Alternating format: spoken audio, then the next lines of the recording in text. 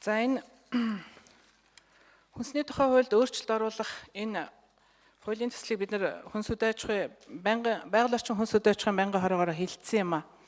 Тэгээ яг хөө энэ мэдээч хэрэг дэмжих ёстой асуудал дэлхийд даяараа энэ хувиргасан амьд организмтай хүнсний бүтээгдэхүүн хэрэглэхийг мэдээж эрүүл мэндийн том асуудал учраас дэлхийд даяараа энэ асуудалд анхаарал тавьдаг болсон цаг үед манай орон энэ одоо шинээр энэ одоо хувиргасан амьд организмтай бүтээгдэхүүнийг хэрэглэхгүй байхын төлөө хууль гаргаж байгаа нь бол талархалтай. Тэгэхдээ нөгөө талдаа бид нэг асуудлуудыг бас бодох хэрэгтэй юм шиг байна. Энэ одоо Greenpeace гэдэг олон улсын байгууллага байна л да. Энэ Greenpeace гэдэг байгууллагаас зарласан хувиргасан амьд организмтай бүтээгдэхүүн дотор бидний өдөр тутмын өргөдөн хэрэглээний одоо Snickers, Mars, Tweeters, Milky Way, одоо бүх төрлийн Nestle шоколаднууд, хүүхдийн хоол хүнснүүд, Coca-Cola, Sprite, Fanta, Lipton цайнууд, гүнд ерөөсөө орохгүй юм баг алга. Хайнз майны замтлагчуд. За тэгээд энэ дээр тараг сүү бяцлагууд. Тэгээ processed food гэд байдаг юм а. Бид нар бас зарим хүнсэн дээрээс уншиж идэг. Одоо хиймлэр зохиож гаргасан хүнс гэд. Одоо бяцлагууд их байдаг. Одоо тийм юмыг бид нар өдөр тутам хэрэглэж байгаа байхгүй юу? Энэ гараал одоо хүнсний мухлах түүц болгонд энэ Snickers, Twix, Fanta, Cola, Хайнз майнуудад одоо бүгдээрээ байгаа. Тэгээ энэ төрлийн их олон бүтээгдэхүүн орсон байгаа юм л да. Тэгэхээр энэ дээр бид нар бас нэлээд болгоомжтой, бодлоготой энийг үе шаттайгаар хэрэгжүүлэх ёстой мó, бодлоготой хандах ёстой гэж бодож байна. Тэгэхээр энэ бүтээгдэхүүний одоо ийм бүтээгдэхүүн хүргэлж болохгүй гэсэн хамгийн түрүүнд одоо иргэдэд боловсрал мэдлэгийг түлхүү явуулах шаардлагатай гэж байгаль орчны байнгын хорон дээр үзсэн. Хоёрдугаарт энэ манай энэ хил гайл хорооцрын албаныхан бас энэ дээр давхар ажиллах болчихж байгаа. За тэгээд энэ гадуур байгаа энэ олон одоо жижиг худалдаа эрхлэгчд маань энийг бас яаж хүлээж авах вэ гэдэг дээрээс бодож зөв ойлголтуудыг өгөхгүй бол болохгүй. Ер нь мэдээч хэрэг энэ одоо хувиргасан амьд организмыг хэрэглээд байвал хүн яг л тийм болдог гэдэг ойлголтыг бид нар бүгдээрээ ойлгож байгаа. А ойлгохгүй бас одоо иргэд тодорхой хэсэг байж байгаа. Ялангуяа жижиг дунд худалдаа эрхэлдэг иргэд бол энэ дээр бас ямар яриастай хандахыг бас бид нар анхаарч үзэх ёстой болов уу гэж бодож байна. Тэгээд энэ бүтээгдэхүүнийг оруулж ирэхдээ бид нар тодорхой хэмжээний 5%-аас ихгүйгээд их хатуу заалт оруулсан байгаа шүү. Ер нь 5%-аас дээш хувиргасан амьд организм орсон бүтээгдэхүүнүүдийг ерөөсөө хилээр оруулахгүй гэсэн байгаа. Тэгээ энийг бас бид нар бас анхаарч үзэх ёстой болов уу? Энэ дээр одоо манай хүнс үдэ аж ахуйн яам маань ямар бодлого барих вэ? Энэ өргөн хэрэглээний өнөөдрийн хэрэглэгдэж байгаа ихээхэн бараанууд одоо 90% нь энд хамрагдчихлаа. Энэ дээр ямар бодлого барьж байна вэ? За тэгээд энэ дээр байгаа ажиллах мэргэжлийн болсон хүчингүүд одоо манад хангалттай байна уу?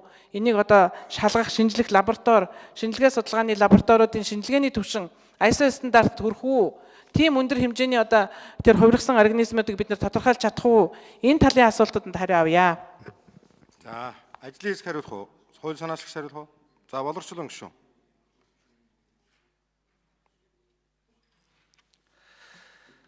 Энэ хувиргасан амьд организм гэдэг бол бас ингэж байгалийн хуулийн эсрэг ургамалд амьтны генийг шижүүлэн суулгах замаар амьтан ургамлын шин нийлэмд ураг өгөхөө хүнсийг гаргаж байгаа юм л да. Энэ өөрөө тэгээ байгалийн хуулийн эсрэг хүн төрөлхтний сав шимийн ертөнцид аюул занал учруулах юм байна гэдгийг бол бас их туршилтаар олон орны эрдэмт тогтоосон. Ямар тал одоо 10 жилийн өмнө 84 орны 800 гаруй эрдэмтэд бүх засгийн газар, дэлхийн бүх засгийн газарт одоо хувирсан амьд организмыг одоо дэлгэрүүлэхгүй байх талаар, хэрэглэхгүй байх талаар, ийм бүтээгдэхүүнийг хэрэглэхгүй байх талаар одоо анхаарал сануулга гаргасан юм аа. Яагаад гэвэл жишээлбэл энэ хувирсан амьд организм бүхий хүнсийг хэрэглэснээр хорт хавдар, ялангуяа дархлааны системийн хомсдол, харшил, тэр битгийл үхэл хүрэх хүртэл аюул байгааг бол туршлаар тогтоосон. Ялангуяа энэ бол өөрөө 10 гаруй жилийн түүхтэй ийм одоо хүнс генетикийн өөрчлөлттэй хүнс. Энэ бол хүнд бол 40-50 жилийн дараа бол гай гамшиг одоо авчирна гэдгийг бол тогтоосон. Энийг бол 3 сарын хугацаатай үе мөчлөгтэй одоо үр хөрлөө гаргадаг одоо хулган дээр туршиж одоо эрдэмтэд бас туршилтаа олон орны эрдэмтэд тогтоосон. Тийм ч учраас улс орнууд энэс бол сүүлийн жилүүд ялангуяа 2 жилийн өмнө Оросын холбооны улс бол бүр хувирсан амьд организм буюу гений өөрчлөлтийн хүнсийг бол хэрэглэхээс бүр татгалзсан хууль гаргасан. Тэрийг Америк нь хэрэглэдэг юм байгаа. Гэхдээ Америк тэр болгон хэрэглэдэггүй. Америк зарим мужид бүр хоригдчихсан байгаа. Европт бол 0.9%-аас дээш одоо хүнсний эрүүл стандартыг бол хувирсан амьд организм эрүүл стандартыг бий болохоор хангачсан. Яг ингээд судалгаа харж байхад дэлхийн улс орнууд бол 3%, дээдл нь 5%-аар хязгаарлалт тогтоосон байдаг юм байна. Импорт худалдаанд. Манайх бол бас ингээд бид бас ярьж байгаад бас нэлээд хөнгөлөлтөө нөхцлөөр 5%-аар авсал да. Солонгос гэхэд бол 3% байдаг юм байна. Өмнөд Африкийн бүгд найрамд тулсан тэрхэд 5% байдаг юм байна. Ингээд 5% тогтоосон бас хүнс үдэ аж ахуйн 5% өндөр байна да гэж байгаа. Гэхдээ түрүүний гишүүний хэлдгээр тэр Марс, Стенгерс ч юм уу тийм бүтээгдэхүүн бас хувирсан амьд организм бас ордог юм байна. Энэ бол 5% сэтэрэхгүй гэсэн ерөнхий байдаг юм байна. Гэтэл одоо нөгөө аравснаас шууд генетикийн өөрчлөлтөд аравснаас гаргасан транс тос 5 битгий бол 50%-аас дээш байдаг.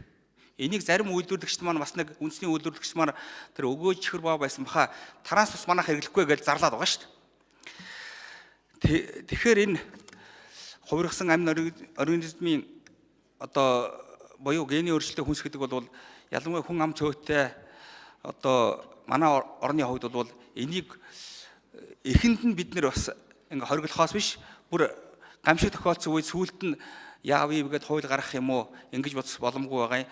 Нөгөө талаар улс орнууд сүүлийн жилүүдэд энийг бол хориглоод эхэлчлээ гэдгийг бас хэлэх байна. Түүнээс гадна мэрэгжлийн одоо лабораторийн одоо хангамжил бас манад дутагдaltaй байсан 12 онд хүнсний тухай хуулинд хувирсан амьд организмыг одоо бүртгэлжүүлэх одоо илрүүлэх шинжлэх ийм одоо зүйл зат орсон. Тусгай. Гэтэл өнөөдөр тэрний дараа бол 12 оноос хойш 4 лабораторийг бол улсад одоо бий болгосон гэж байгаа юм. За, гишүүд асуулт асууж хариулт авч дууслаа.